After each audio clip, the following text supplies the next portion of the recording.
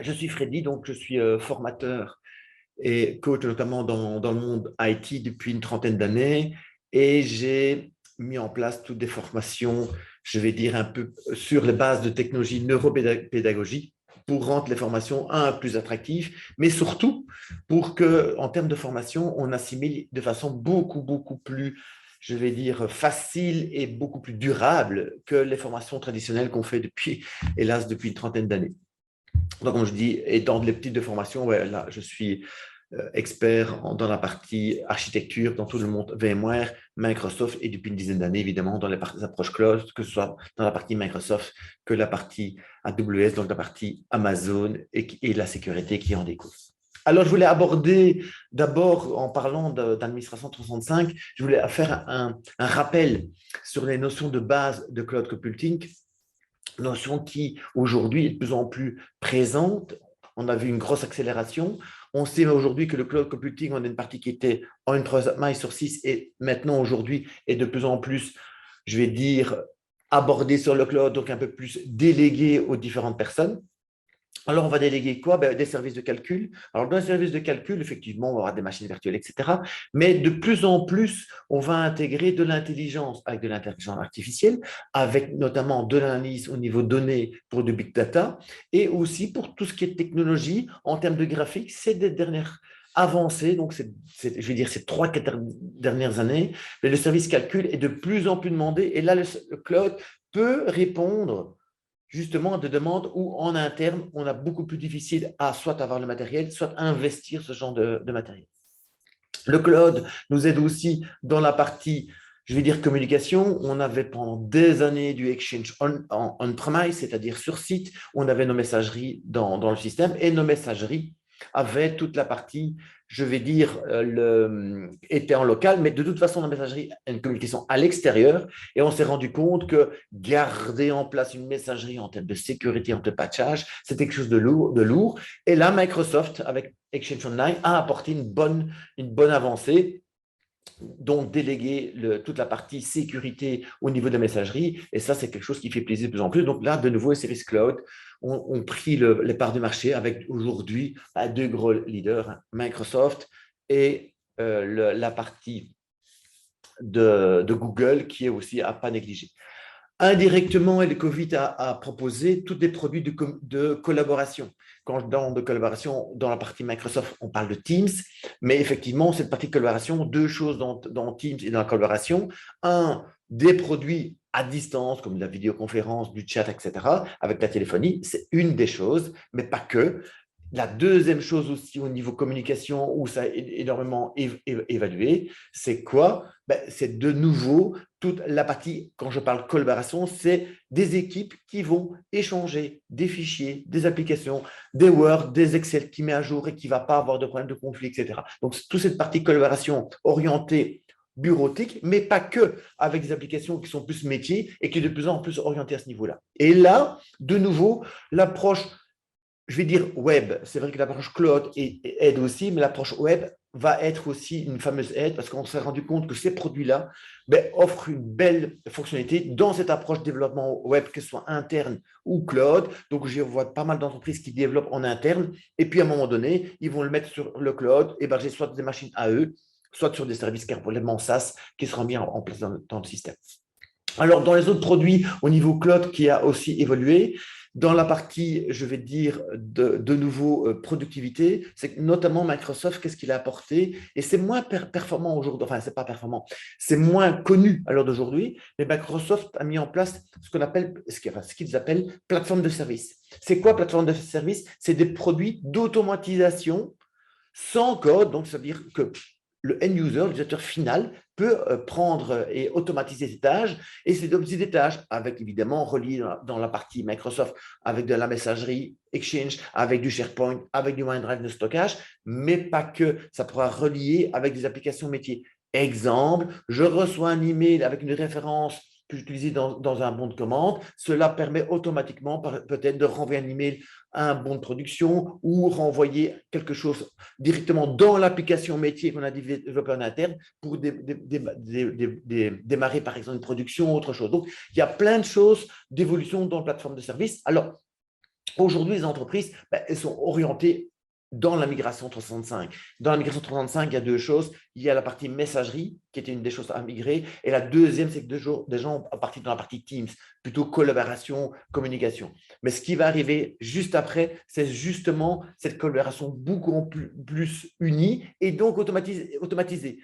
Et donc, avec tout ce qui est la suite de plateformes de services de Microsoft qui est mis en place.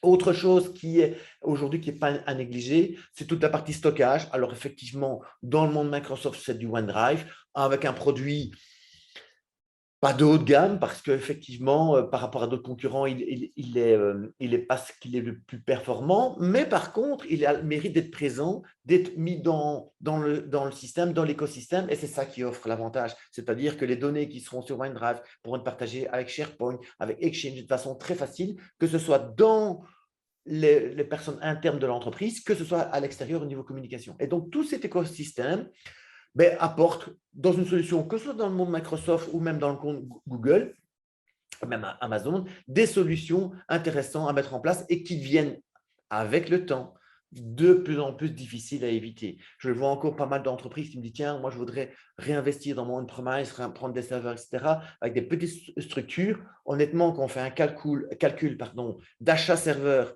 de licence, d'implémentation et qu'on voit les solutions cloud, il n'y a réellement pas photo au niveau tarif, temps d'implémentation et sécurité. J'en reviendrai par la suite.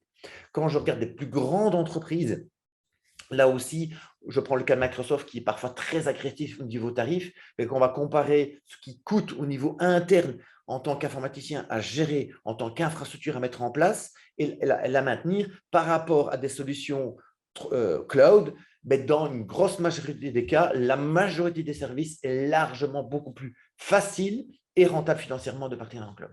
Maintenant, ce n'est pas tout, tout n'est pas nécessairement égal. Donc, mais il ne faut pas dire d'office, ce sera moins cher, mais dans la majorité des cas. Alors, je veux rappeler ici, comme j'ai déjà introduit, le modèle de cloud computing, c'est-à-dire que nous avions depuis des années nos serveurs en interne. Alors, suivant les grandes entreprises, on avait évidemment plusieurs data centers complètement en interne et on avait on a investi ce matériel et on avait les ingénieurs en interne qui avaient la connaissance pour le maintenir. Ensuite est venu réellement le cloud et le cloud est venu avec des solutions SaaS, plus ou moins où on prenait. Aujourd'hui, on est en plein modèle hybride. Donc, on est réellement avec des services en interne sur des serveurs et on a besoin de solutions cloud. Pourquoi? Parce que dans certains cas, c'est impayable aujourd'hui de le mettre en interne. Et dans d'autres cas, même le faire en interne est beaucoup plus compliqué que l'utiliser au niveau du cloud. Donc, avoir les deux est aujourd'hui pratiquement dans la majorité des entreprises obligatoire. Et on va garder un hybride pendant beaucoup d'années pour des grosses entreprises, mais pour des petites à moyennes entreprises, l'hybride n'est même presque plus nécessaire. Dans beaucoup de cas, pour des sociétés pour moins de 500 personnes, en moins d'un an, on peut ne plus avoir besoin de quoi que ce soit en interne et avoir tout hébergé sur un cloud ou sur un autre cloud ou avoir un système de backup sur site au cas où ou chez un autre prestataire, mais avoir tout mis de façon dans le cloud de façon plus efficace et avec un coût pas mal maîtrisé par rapport à ça. Donc aujourd'hui, on est réellement dedans, c'est la réalité. Alors si je vais aller un peu plus loin sur les différentes remarques sur le cloud computing concernant la confidentialité et la conformité, parce que ça me revient à une question, oui, mais où sont mes données, qu'est-ce qu'on va faire, etc. Alors, soyons clairs. Dans le monde Microsoft, parce que c'est le cas ici, je parle d'administration 365, dans le monde Microsoft, quand vous créez votre compte, votre tenant la première fois, suivant le nom que vous mettez au niveau de l'entreprise, ça va aller dans le pays. Exemple, vous êtes français, vous créez un compte en France, automatiquement, les données seront mises dans les data centers en France. Alors, si vous êtes en Belgique ou Luxembourg, effectivement, ce n'est pas nécessairement en France. Ça pourrait être en France, ça pourrait être en Allemagne, ça pourrait être en Irlande. À ce niveau-là, vous n'avez pas le choix de le mettre, c'est Microsoft qui le décide. Mais ça sera dans un de ces trois pays. Donc, Microsoft communique suivant le pays qui a été fait où c'est donné. Vous êtes français, c'est en France. Vous êtes au Canada, c'est au Canada. Pour donner un peu des exemples.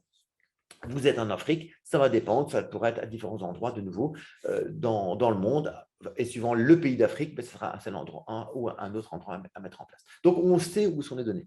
Autre chose, Microsoft a intégré évidemment des produits justement de protection des données. Donc aujourd'hui, et notamment je le vois en Europe, des données mises avec quelques règles. Quand je dis quelques règles, c'est quelques minutes, quand on sait où il faut, évidemment, d'où l'importance d'une formation pour savoir ce qu'il faut faire au niveau de la configuration. En quelques minutes de travail, qu'on va évidemment vérifier en quelques jours au niveau d'implémentation, on va mettre des règles de confidentialité, de conformité très facilement en place, qui ne coûtent rien, qui est dans l'abonnement. Donc, simplement mettre ces règles. Et quand ces règles sont mises, ben, vous avez automatiquement les données qui sont mises dans le cloud de Microsoft vont suivre ces règles et donc suivre les règles de conformité, que ce soit des règles GDPR, que ce soit des règles, exemple, par rapport à des normes ISO XYZ que vous allez mettre en place. Vous mettez ces règles et vos données vont être automatiquement suivies. S'ils devront être gardées, elles seront gardées. Si elles devront être effacées, elles seront effacées.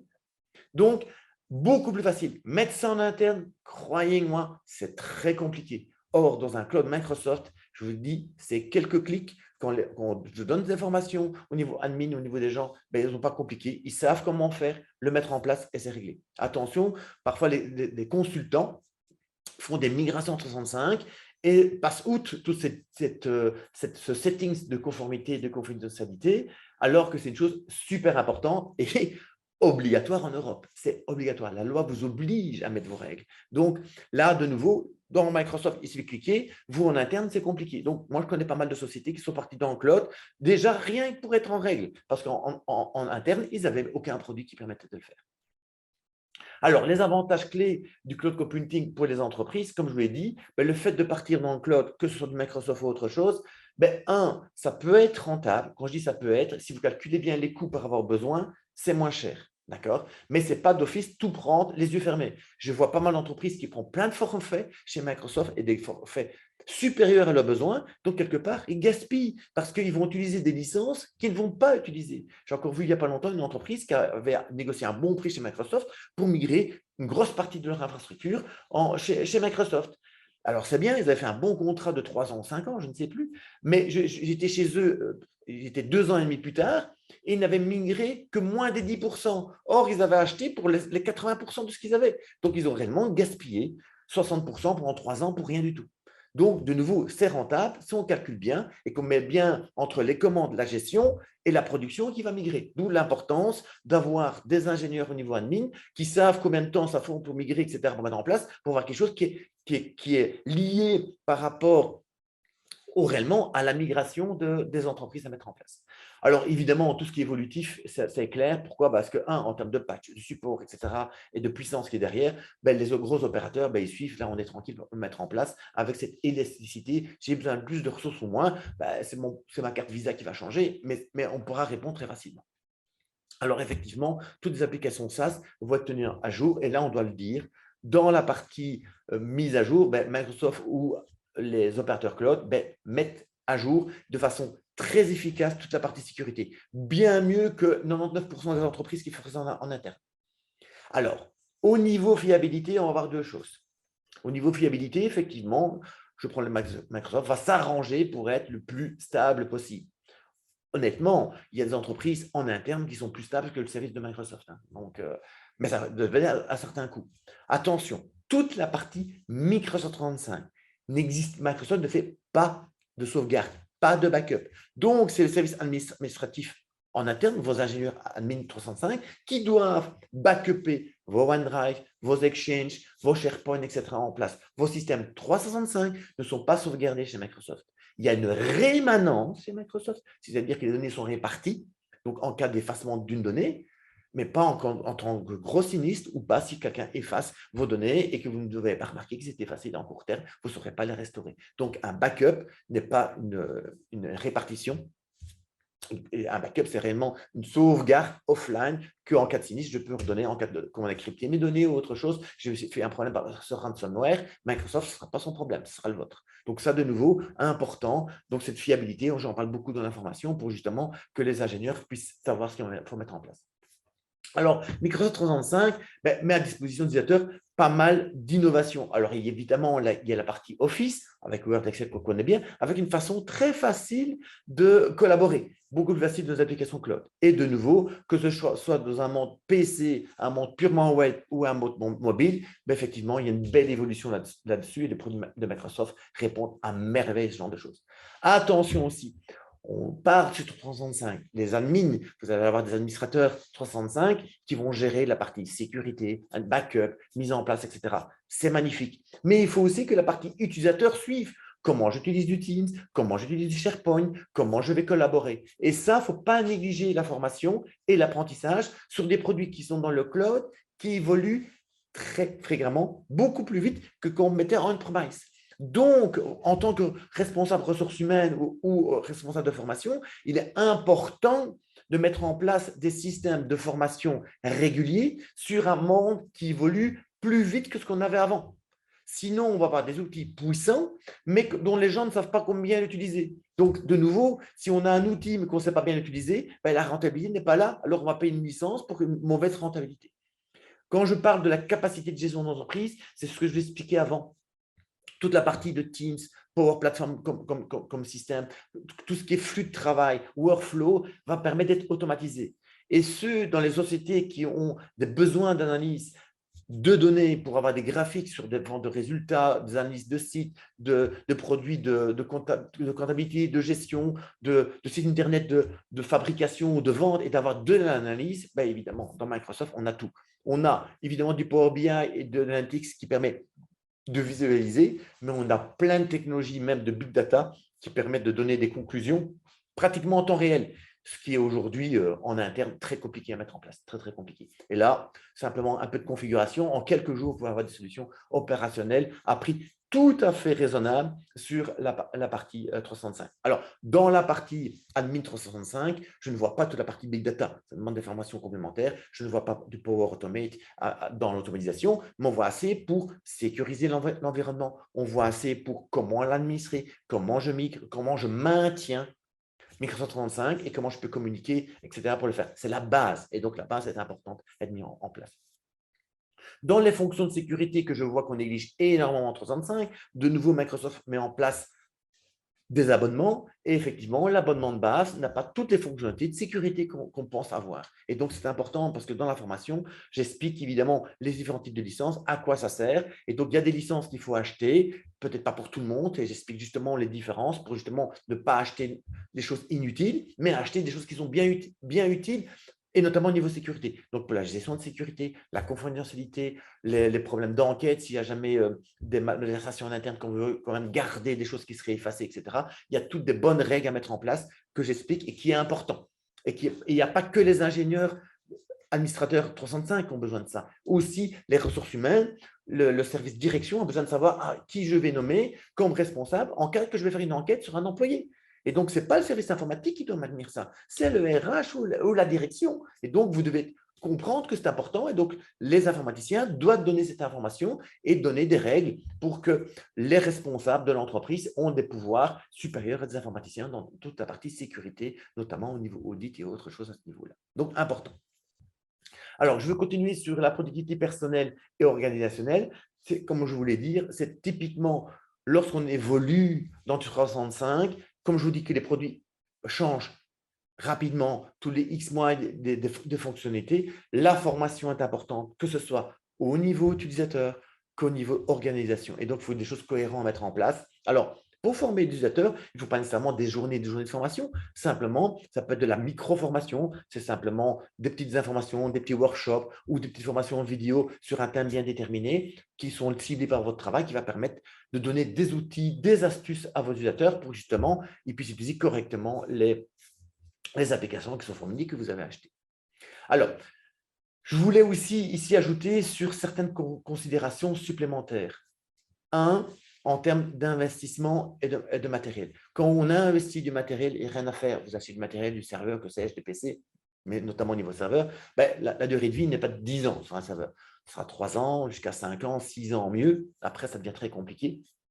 Ben, évidemment, quand on prend les produits cloud, on est tranquille dans la gestion. Ce qui peut parfois évoluer, c'est changer les formats de puissance si j'ai pris de l'allocation de serveurs virtuels dans le cloud. Si je prends des services SaaS, ça suit automatiquement. Attention aussi, qui dit données qui sont dans le cloud, on paye la quantité de données. Donc, ce que j'insiste aussi au niveau de la formation, c'est de garder des données dans le cloud, les données qui sont pertinentes. Les données qui sont inutiles, il faut mettre des règles. de nouveau s'organiser pour justement essayer de supprimer ces données inutiles, parce qu'à un moment donné, il y aura un coût, même si, quand par exemple, Claude, on a déjà une belle capacité que Microsoft met en place, la capacité, on sait qu'en entreprise, en interne, tous les 3 ans, elle est au moins doublée.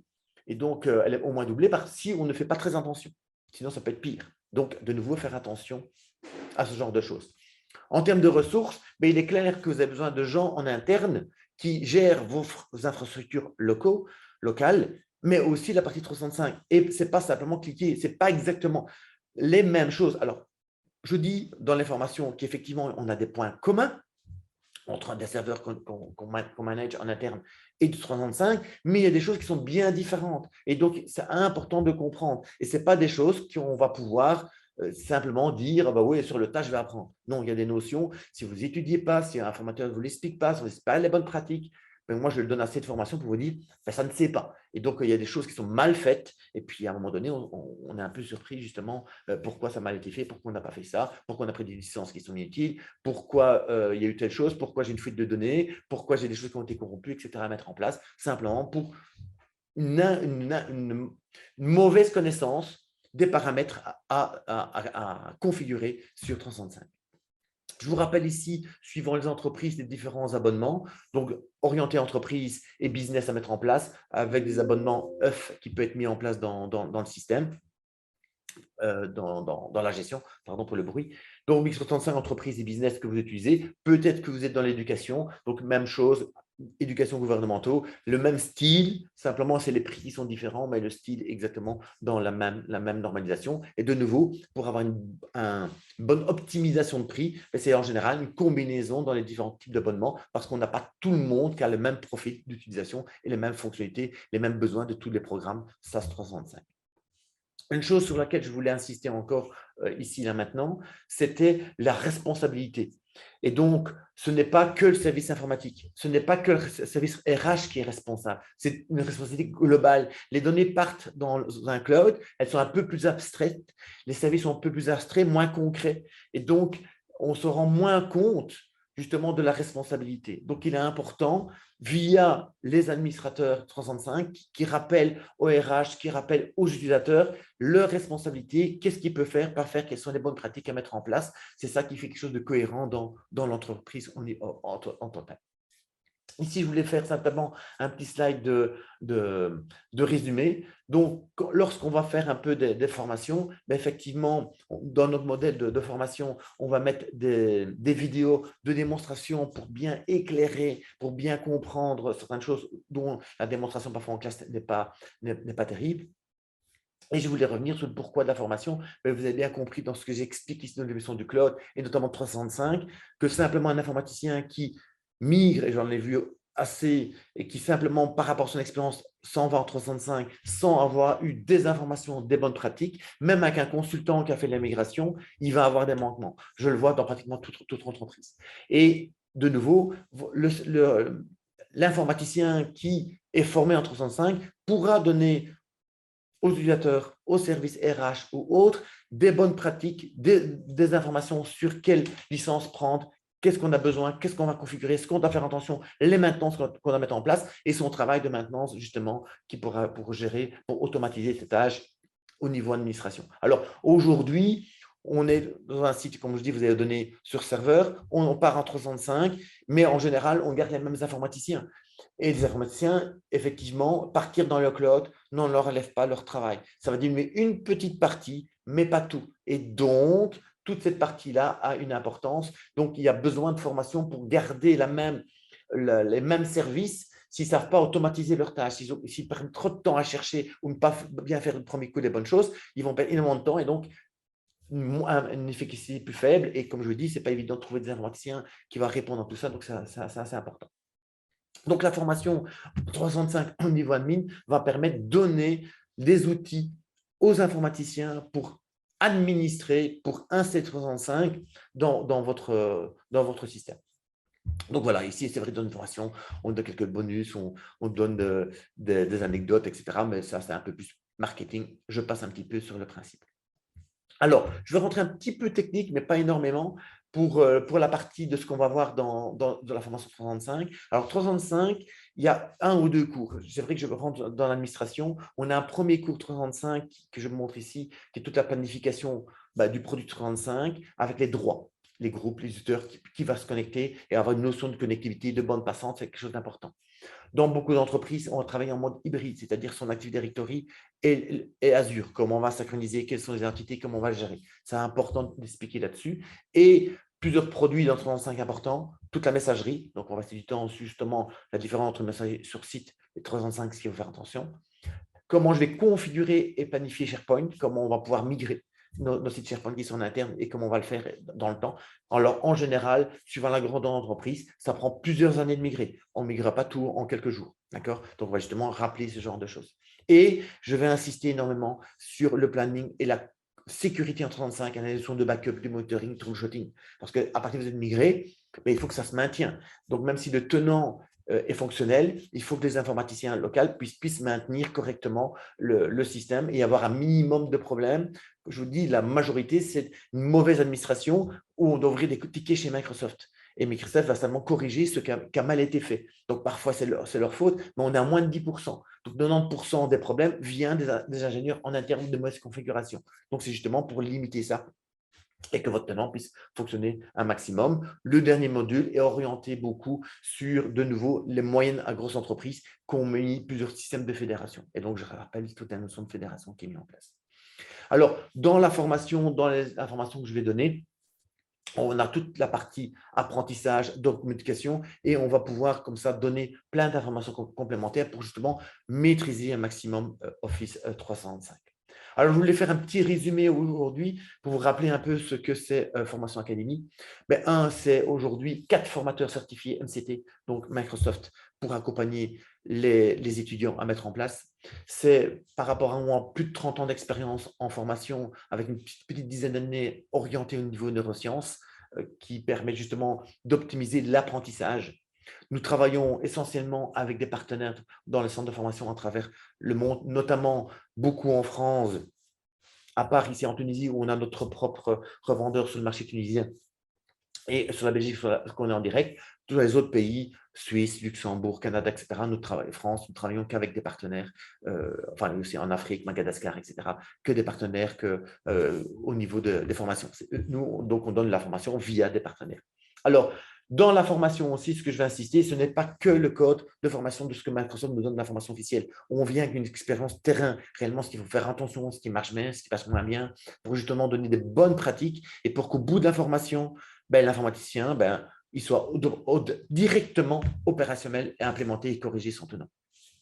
De nouveau, dans la méthodologie de ce que nous, on donne au niveau de la formation et notamment de la formation à distance, on a vraiment une expérience sur cette pédagogie à distance, alors qui est effectivement novateur, mais largement éprouvé. Évidemment, le Covid nous a donné évidemment encore plus de visibilité et plus de personnes à atteindre. Et on a vu justement que l'efficacité aujourd'hui sur les formations à distance, de la façon qu'on le fait, c'est bien simple. Un, les apprenants sont opérationnels au bout de la formation. Deuxième chose, ceux qui vont retenir après la formation, quand je dis après, c'est dans les mois qui viennent, va être 5 à 10 fois supérieur à ce qu'ils retiennent dans une formation classique.